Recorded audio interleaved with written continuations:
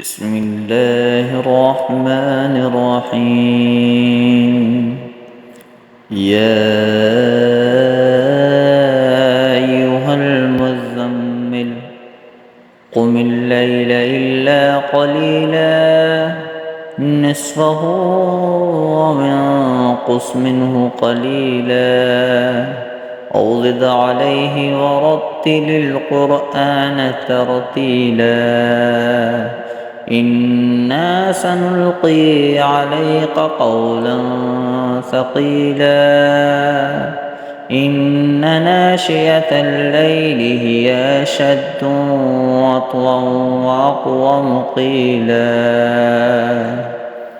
إن ناشئة الليل هي أشد وطئا وأقوم قيلا إن لك في النهار سبحا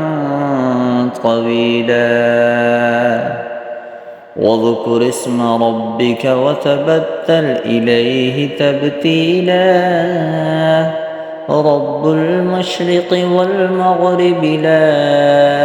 إله إلا هو فاتخذه وكيلا واصبر على ما يقولون وهجرهم هجرا جميلا وذرني والمكذبين أولي النعمة ومهلهم قليلا إن لدينا أنكالا وجحيما وطعاما ذا غصة وعذابا أليما يوم ترجف الأرض والجبال وكانت الجبال كثيبا مهيلا إنا أرسلنا إليكم رسولا شاهدا عليكم كما أرسلنا إلى فرعون رسولا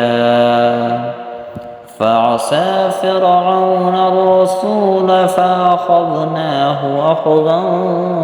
وبيلا فكيف تتقون إن كفرتم يوما يجعل الولدان شيبا السماء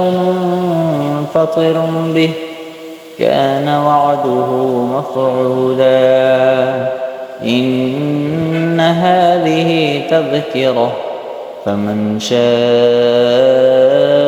اتخذ إلى ربه سبيلا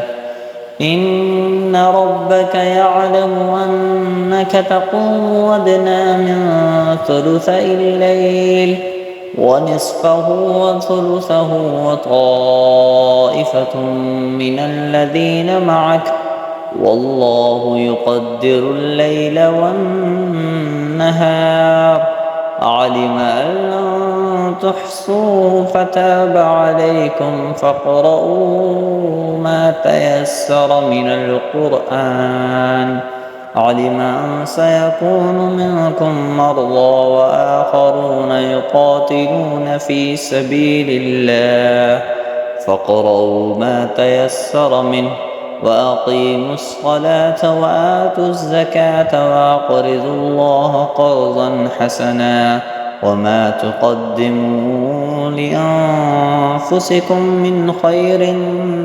تجدوه عند الله هو خير وأعظم أجرا واستغفروا الله إن الله غفور رحيم.